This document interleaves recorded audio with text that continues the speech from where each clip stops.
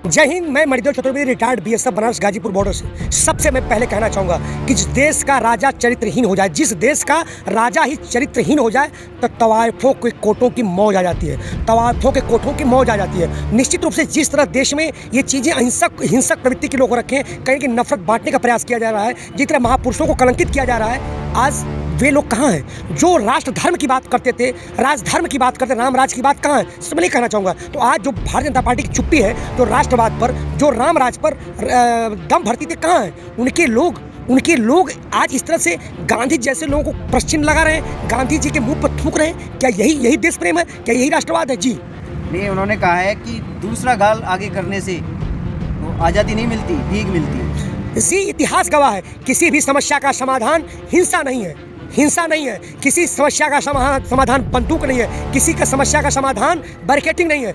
हल हमेशा बातचीत से निकलता है। मैं पूछता हूँ कि बताइए, कोई ऐसी चीज़ बताइए जहाँ की समस्या का समाधान बंदूक से हुआ हो, हिंसा प्रवृत्ति से हुआ हो। आप देखिए, आज एक किसान आंदोलन इस बात का मुख्य गवाह है।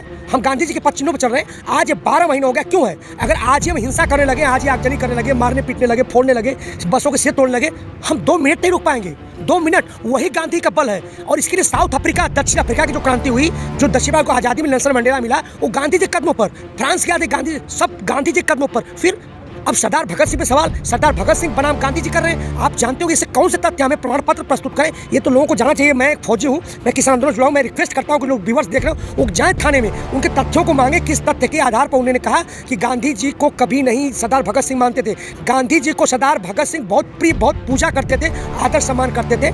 बोस को भी लेकर जी बिल्कुल।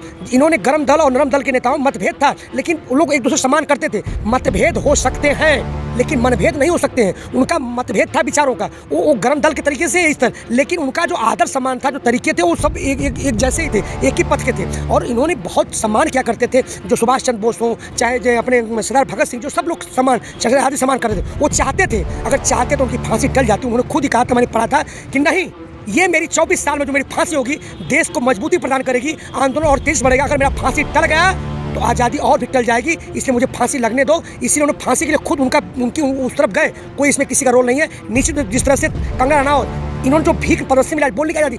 Who is Kangana Ranaut? कंगना रनौत कौन है बताइए मुझे? ऐसे लोगों को जिनका पृष्ठभूमि सुल्फा, ड्रग्स, ये सब उनका पाश्चात्य सभ्यताओं का रहा, वो उनको पद्मश्री दिया जाता है। इसलिए दिया कि वो महापुरुषों पर बोले करें। भाई वाजपेयी जी, अपने मोदी जी क्यों नहीं समर्थन करते हैं? क्यों नहीं अमित शाह जी समर्थन करते हैं? क्यों नहीं मुरली मनोहर आडवाणी समर्थन करते हैं? बताइए मुझे।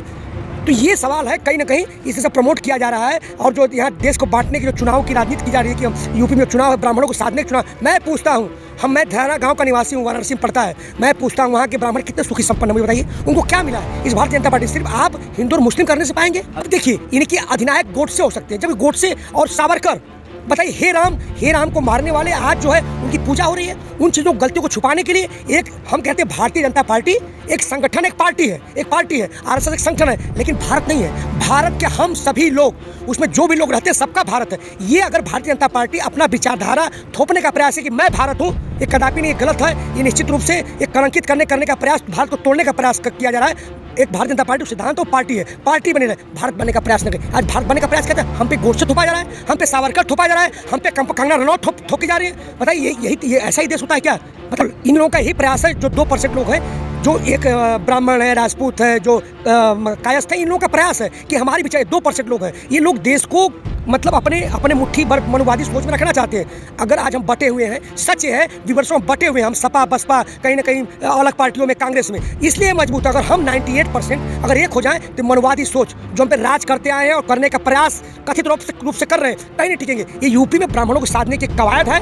ये जो है कि ब्राह्मणों को खुश करने के बाद जिस प्रकार से ब्राह्मणों का टारगेट किया गया यूपी में, जैसे लांछन लगते हैं, मेरा प्रमाण नहीं है, लेकिन लांछन उसको साधने का प्रयास किया। और कुछ नहीं, कंगना रनौत का बयान कहीं किसी दृष्टिकोण से न सही है, न तथ्यों पर आधारित, कुछ नहीं है। एक रोटी सेकी जा रही है। भारतीय जनता पार्टी इस हद तक गुजर चुकी है कि किसी भी हद तक जा सकती है। यहाँ राष्ट्रपिता तक को, महात्मा गांधी तक को आजकल मतलब कि उस पर भी उनको कलंकित करने का प्रयास किया जा रहा है। ये सत्ताजीवी जो हैं, इन्हें हिंदू के, न मुस्लिम के, न सिख के, ईसाई हैं। इस सत्ता के लिए कुछ भी करते हैं, कहते कुछ है और करते कुछ है, दिखते कुछ है और इनके अंदर कुछ और चला होता है। ये झूठी माला पहनाते आरएसएस की पाठशाला आरएसएस के कभी मुख्यालय पर आज तक तिरंगा नहीं लहराया गया, वो भगवा लहराया गया। उसके सदस्य हैं, जिस संगठन के आप सदस्य होंगे उसकी बात आपको माननी पड़ेगी। ये तो राजनीति में आने के लिए, राजनीति में अपनी बात रखने के, संसद में बात रखने के लिए पार्टी गठन किया, तो ये तो वही सोच है, ये भगवा सोच है। वो गांधी जी को माला नहीं पहनाते, वो चाहते हैं गोडसे को माला पहनाए, वो चाहते हैं कि सावरकर को पहनाए। इनका ये दृष्टिकोण नहीं।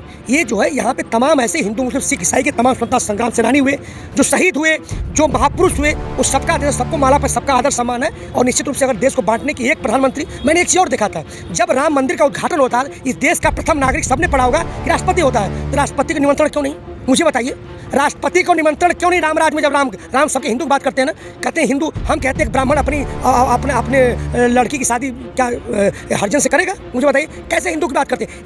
हिंदू और हिंदू तो कथित तौर पर है उन लोगों का है जो मनवादी सोच के उनका है, बाकी और लोगों को हिंदू से कोई मतलब नहीं, क्योंकि हिंदू ये धर्म ये बांटता है, ये जातिवाद इसमें है, मनवादी सोच है, इसमें जातिवाद भरी पड़ी है, इसमें कहीं ना कहीं आपस में टकराहट है। तो ये कैसा हिंदुत्व है? ये कैसा हिंदू है जो हमें बांटता है, जो हमें अलग करता है? आज अब साधने आपका ब्राह्मण और कोट खिसक गया है, तो आप दुनिया को मूर्ख बनाने का प्रयास कर रहे हैं। आप गांधी को गाली दे रहे हैं, आप भगत सिंह को गाली दे रहे हैं, सुभाष चंद्र बोस को गाली दे। इतना आपको ओछी राजनीति हुई, आपने लखीमपुर खीरी पर लोगों पर गाड़ियाँ चढ़ा दी, आपको एक शब्द नहीं सूझा। तो ये भारतीय जनता पार्टी सत्ता के लिए कुछ भी कर सकती है। मेरे देशवासियों, सावधान हो जाओ, ये सत्ता के लिए भारतीय जनता पार्टी आपके सीने पर चढ़कर राज कर सकती है। जी बिल्कुल।